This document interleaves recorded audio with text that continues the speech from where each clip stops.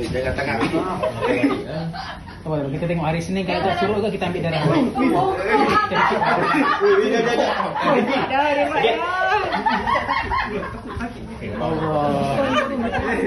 Jangan macam ni. Aku ada ni. Tengok sana. Tengok aku tengok muka.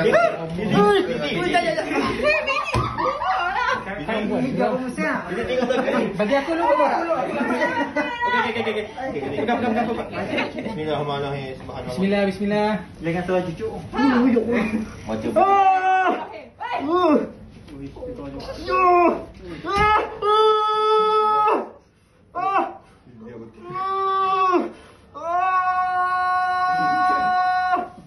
Sebab oh, siap dah. Siap dah dia. Dapat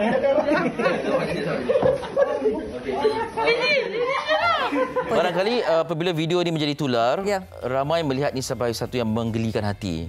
Tetapi hanya individu yang menghadapinya saja tahu betapa sukarnya situasi itu. Jadi syabas kita ucapkan kepada penerima vaksin tadi, juga seorang petugas kesihatan. Dikenali sebagai Muhammad Hafizi Ani. Syabas kepada anda dapatkan vaksin. Okey, dan beliau bersama kita. Ya. Alang-alang kita tunjuk video dia, kita nak bersembang dengan beliau juga. Itulah dia. Assalamualaikum Hafizi. Selamat pagi. Assalamualaikum. Waalaikumsalam. Selamat pagi. Itu scrub ya? Saya tengah kerja. Tengah kerja. Bermakna kalau pakai scrub tu maknanya frontliner tu. Jadi ini satu cerita frontliner yang sangat-sangat unik lah kan. Iaitu frontliner yang ada kebimbangan atau fobia tersendiri ni. Okey, selain daripada Hafizi, di kaca TV sekarang juga kita ada Dr. Nurul Nadia Ismail, pakar psikiatri dari Hospital Kulim Kedah. Assalamualaikum doktor. Waalaikumsalam warahmatullahi wabarakatuh. Ya, sihat doktor ya? Sihat semua di Alhamdulillah. Kami dah 2 dos. Lengkap 2 dos. Alhamdulillah.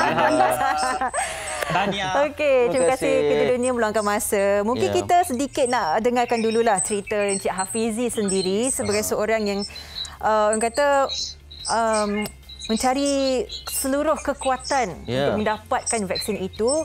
Pengalamannya kongsikan sedikit. Okey, Cop. Hafizi, sebelum tu kalau boleh di mana-mana ada audio MHI tu kalau boleh di-mute kan sebab ada sedikit feedback. Mungkin kawan-kawan nak dengar juga kan perbincangan ni kan. Okey. Bawa sana. Kuat sangat kata. Tapi itu biasa. Kan ini norma baru di perkara biasa. kan. Betul. Kita pastikan semua mendengar dengan jelas. Okey, sekarang okey dah? Ya, boleh. Baik, silakan. Okey, Assalamualaikum dan salam sejahtera. Okey, bagi saya memang adalah seorang yang takut jarum daripada saya kecil lagi. Daripada saya sekolah rendah, sekolah menengah, sama saja. Saya memang tak boleh nak hilangkan rasa takut jarum ni. Jadi saya sebagai frontliner, saya harus dan kena ambil jugalah vaksin. Walaupun saya takut, saya letak belakang perasaan takut saya demi untuk lindungi diri saya dan lindungi pesakit-pesakit saya sendiri. Okey. Dan video yang tular itu adalah video dos kedua ya? Ya, dos kedua. Okey, dos pertama tu adakah azabnya tu sama seperti Zul atau lebih menakutkan lagi? Perasaannya. Dos pertama dan dos kedua perasaan dia sama sahaja, video dia pun sama sahaja, tak ada beza. Memang saya takut tu tak boleh kurang ke. Walaupun dah melalui dah menumpuhi. Ya, walaupun saya dah vaksin pertama pun saya teruk juga. Nampak cungapan dia tu di sebalik pelitup muka tu kan? Betul. Ya, kita yang tengok pun rasa risau ya. Jadi Hafizi memang perlu menarik sesiapa sahaja berada di Hafizi untuk membantu menenangkan Hafizi ya? Ya, itu cara saya untuk saya tenangkan diri. Saya akan bawa kawan saya untuk bantu saya sebab saya tak boleh nak harungi dia secara sendiri. Okey. Baik. Dia setiap bina video ada cara sendirilah untuk tenangkan diri dia orang sendiri. Macam mana? Bagi saya datang awal. Saya datang awal untuk ke PPV dan juga saya bawa kawan saya lah untuk menenangkan saya ketika saya dicucuk. Seperti yang boleh dilihat lah. Ya. Okey, ketika menempuhi saat itu sebab bagi setengah kita ni memang kita rasa jarum tu masuk. Dan cuma kita lah macam doktor ataupun petugas yang menyuntik itu kata tarik nafas lepas kan. Jadi perkara itu membuatkan kita lupa yang jarum sedang dimasukkan ke dalam badan kita. Tapi apa yang bermain di fikiran ketika itu, Hafizi? Yang bermain di fikiran saya, memang saya rasa jarum tu masuk. Bila part jarum tu masuk tu yang dia punya perasaan saya takut sangat tu, yang bila part jarum tu masuk dah saya memang tak boleh ditenangkan. Okay. Dia memang saya takut jarum tu lah, perasaan ngilu yang masuk dalam isi kita tu. Itu yang part saya takut. Jadi adakah rontaan dan jeritan itu sedikit sebanyak mengalihkan perhatian ke, ataupun itu menambahkan lagi kegusaran dan keresahan? Bukan. Dengan cara saya menjerit tu, saya dapat divert sikit saya punya rasa takut dan rasa sakit tu. Okey, distraction sedikit lah daripada kesakitan distraction. tu. Okey. Betul.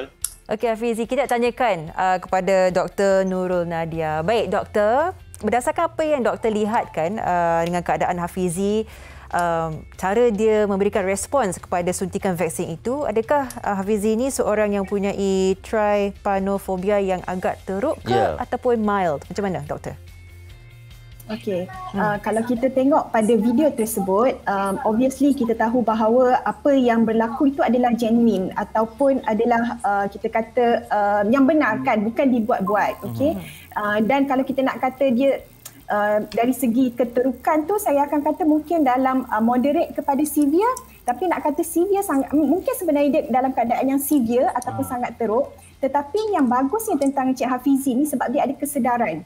So dia ada kesedaran, dia ada kefahaman tentang kepentingan vaksin. Jadi walaupun dia dalam keadaan moderate atau yang sederhana, maksudnya ketakutan pada jarum pada tahap yang sederhana ataupun sangat teruk, tetapi disebabkan oleh kesedaran tentang kepentingan vaksin, maka beliau cuba mengharungi juga ketakutan tersebut. So kita salah satu sebenarnya apa yang menyebabkan Encik Hafizi masih mampu untuk pergi ke pusat vaksin adalah disebabkan oleh kesedaran beliau. Dan sebenarnya kajian mendapati bukan sahaja di Malaysia, sebenarnya malahan di UK, daripada kajian yang mereka namakan sebagai Oceans yang dilakukan di UK, sebanyak 15,000 orang yang menjadi peserta, hampir ataupun lebih kurang 3,000 lebih sebenarnya mempunyai tahap ketakutan kepada jarum dan juga darah yang menyebabkan mereka teragak-agak untuk mendapatkan suntikan vaksin. So isu ni dia bukan sekadar macam yang Ellie cakap tadi kan. It's not dia bukan isu yang kecil sebenarnya, especially dalam keadaan pandemik kan, di mana kita perlu mewujudkan herd immunity dan mendapatkan lebih ramai mereka untuk suntik vaksin. Dan data yang kita ada sebenarnya lebih kurang 2 ke 3 orang bagi setiap 10 orang akan mempunyai ciri-ciri takut kepada jarum. Dan sebenarnya untuk pengetahuan semua, saya pun walaupun saya seorang doktor, tetapi saya memang mempunyai sedikit ketakutan kepada jarum lah. Tapi saya tak akan kata diri saya fobia. Tapi saya nak tanyakanlah, sebagai seorang doktor, sebagai seorang petugas kesihatan, bagi kalian berdua, memang sendiri itu takut jarum. Tapi bila dulu masa medical training, bila kita berjumpa dengan pesakit dan sebagainya, bila anda memegang jarum itu untuk memberikan suntikan ke apa, tak rasa takut? Bagaimana? Sebenarnya untuk pengetahuan lah, saya bukan sekadar saya sahaja yang takut jarum, saya ada kenal seorang yang memang takut darah dan kami sama-sama menjalani latihan perubatan dan of course memang takut, tetapi kami tahu bahawa kami perlu menjadi doktor dan ini adalah tanggungjawab. So itu menyebabkan kami berusaha untuk mengatasi ketakutan. Dan walaupun sebenarnya sehingga ke hari ini saya berjaya mengatasi ketakutan, tetapi ketakutan itu masih ada dan ada teknik-teknik lah yang saya yang saya praktiskan supaya dia dapat mengurangkan ketakutan dan menambah keyakinan untuk saya memegang jarum, untuk menyuntik orang dan sebagainya. So sebenarnya kajian juga menunjukkan di kalangan petugas kesihatan lebih kurang 13% ataupun kita nak kata macam setiap 10 petugas perubatan akan ada 1 ke 2 orang yang sebenarnya takut kepada jarum / takut kepada darah sebab dia ada hubung kait sebenarnya. Ya, itulah dia. Bila kata itu dalam konteks petugas, dalam konteks 500,000 penerima vaksin dalam sehari, 50,000 tu takut jarum. Lebih kurang. Maknya ramai tu. Okey. Definitely. Cuma tahap tu lah kan. Tahap mungkin berbeza lah. Tahap berbeza. Baik. Okey. Hafizi, tadi Dr. Nurul Nadia ada sebutkan tentang teknik. Dan saya sempat untuk melihatlah antara teknik yang diperkatakan ialah cuba untuk berlatih merasai sensasi tusukan itu. Letak ais lah, cucuk dengan pensel, bukan cucuk sampai tebus. Jadi apa antara perkara yang Hafizi buat untuk membiasakan diri dengan situasi macam ni? Bagi saya, memang saya jarang mengambil suntikan.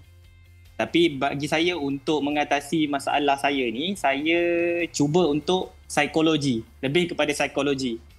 Saya akan datang awal, bertenang dan support daripada kawan-kawan tu penting lah. Kalau nak kata saya letak ais tu jarang lah untuk saya lakukan. Okey. Hafiz, jadi maaf saya nak tanya ni. Okey. Maknanya Hafiz ni sebenarnya takut jarum sekali ataupun takut darah sekali? Saya hanya takut jarum. Okey. Tapi saya cucuk pesakit boleh. Itulah dia. Tapi bila saya kena cucuk, saya tak boleh. Macam itulah. Okey. Jadi perasaan ketika jarum tu berada dalam badan tu yang menakutkan tu ya? Ya, perasaan jarum masuk ngilu tu memang saya tak boleh bawa bincang dah. Tak boleh bawa bincang. Itu istilah yang tak boleh bawa bincang. Fobia tak boleh bawa bincang. Ya. Okey. Yalah, sedikit sebanyak pesanan Hafizi sendiri. Kita sedia maklum bukan kecil angka yang mereka yang takut juga yang mempunyai ketakutan terhadap jarum suntikan ini. Jadi satu pesanan dan juga nasihat bagi mereka yang akan mengambil vaksin, apa yang boleh mereka lakukan untuk orang kata psycho diri sendiri untuk memberikan satu positive vibe sebelum mendapatkan suntikan vaksin itu? Apa pesanannya? Pesanan saya kepada semua rakyat Malaysia yang mana yang layak untuk ambil vaksin, datang ambil vaksin. Mana yang takut macam saya, sila datang awal, bertenangkan diri. Boleh juga buat distraction, mungkin jangan pandang kawasan cucuk tu, jangan pandang jarum tu. Mungkin tu sedikit sebanyak akan buatkan kita rasa relax bila kita ataupun bersembang dengan nurse ataupun itulah pandang jauh dari jangan pandanglah tempat suntikan tu. Ya, cari alihkan tumpuan dan cari perhatian lain lah ya. Okey. Cari perhatian lain. Baik, okey. Dan Dr. Nurul pastinya ataupun mungkin ada teknik tersendiri ketika suntikan vaksinasi itu dilakukan ni sekarang ni dalam konteks sekarang kan. Apa antara nasihat yang boleh diberikan? So apa yang Encik Hafizi cakap tu memang betul. Sebenarnya apa yang kita boleh lakukan ini ialah berdasarkan kajian dan ia telah terbukti efektif. So antara perkara yang kita boleh lakukan untuk diri kita sendiri ialah setelah kita mendapat tarikh untuk pergi vaksin tersebut, yang pertama sekali kita kena tahu kita familiar tentang keadaan tersebut. Maksudnya kita kena organize diri kita. Kita pastikan ada orang yang menemani kita dan kita cuba belajar untuk bertenang melakukan teknik deep breathing exercise ataupun kita panggil pernafasan secara tenang. So kita boleh YouTube sahaja relaksasi pernafasan relaksasi. Dia ada teknik dia tersendiri. Antara teknik lain juga ialah kita boleh tengok di YouTube ataupun di video-video macam mana proses suntikan itu berlaku. So kita panggil ini adalah sebagai gradual exposure. Maksudnya dia Google sahaja suntikan kan. So dia tengok. Memang kalau nak ikutkan kita takut tahu sebenarnya dan kita kena iktiraf bahawa ketakutan ini sama seperti seseorang yang mendapat panic attack. The intensity tu adalah sama. So kita kena acknowledge perkara tersebut dan sebenarnya dengan acknowledgement itulah yang akan ialah salah satu step ataupun langkah ke arah kita mengatasi ketakutan atau fobia tersebut. So bila kita tengok video tu, kita tengok hari-hari sampailah kita sendiri rasa kalau mula tengok tu kita akan jadi macam panic attack kan. Kita bernafas dengan laju, kita berpeluh, kita rasa macam nak pitam. Tapi setelah macam katakan kita dah tengok 10 kali, kita akan perasan insya-Allah simptom-simptom tersebut akan berkurangan. So bila simptom tersebut berkurangan, insya-Allah masa tu kita tahu kita dah bersedia. Cara lain juga kita beli picagari. Kan kalau kita nak beli makan ubat sirap kan, macam kita nak bagi dekat anak kita makan ubat demam, kan ada picagari tu kan. Kalau boleh beli picagari tersebut, cuba pegang picagari tersebut. Kadang-kadang benda tu pun boleh macam desensitizekan kita. So kita pegang kan. Dan kalau ada benda-benda tajam, cuba kita cocok-cocok tapi pastikan sterilize lah dan selamatkan. Kita cuba cocok-cocok dekat badan kita. Semua tu adalah teknik-teknik desensitisasi. Okey, terima kasih kita ucapkan kepada doktor. Saya kira satu petua yang sangat bagus lah untuk kita membiasakan ialah minda kita untuk menerima suntikan itu. Ya, apa kita pula. silent dulu. Kita ucapkan terima kasih kepada Muhammad Hafizi, Ani dan juga Dr. Nurul Nadia Ismail sudi meluangkan masa dan juga syabas sekali lagi kepada Hafizi kerana berjaya menunjukkan kita siapa yang mempunyai trypanofobia ini masih mampu untuk mengambil vaksin. Ya, terima kasih dan selamat menjalankan tugas kepada kalian berdua. Terima kasih. Assalamualaikum. Terima kasih. Waalaikumsalam. Waalaikumsalam. Itu dia. Okey.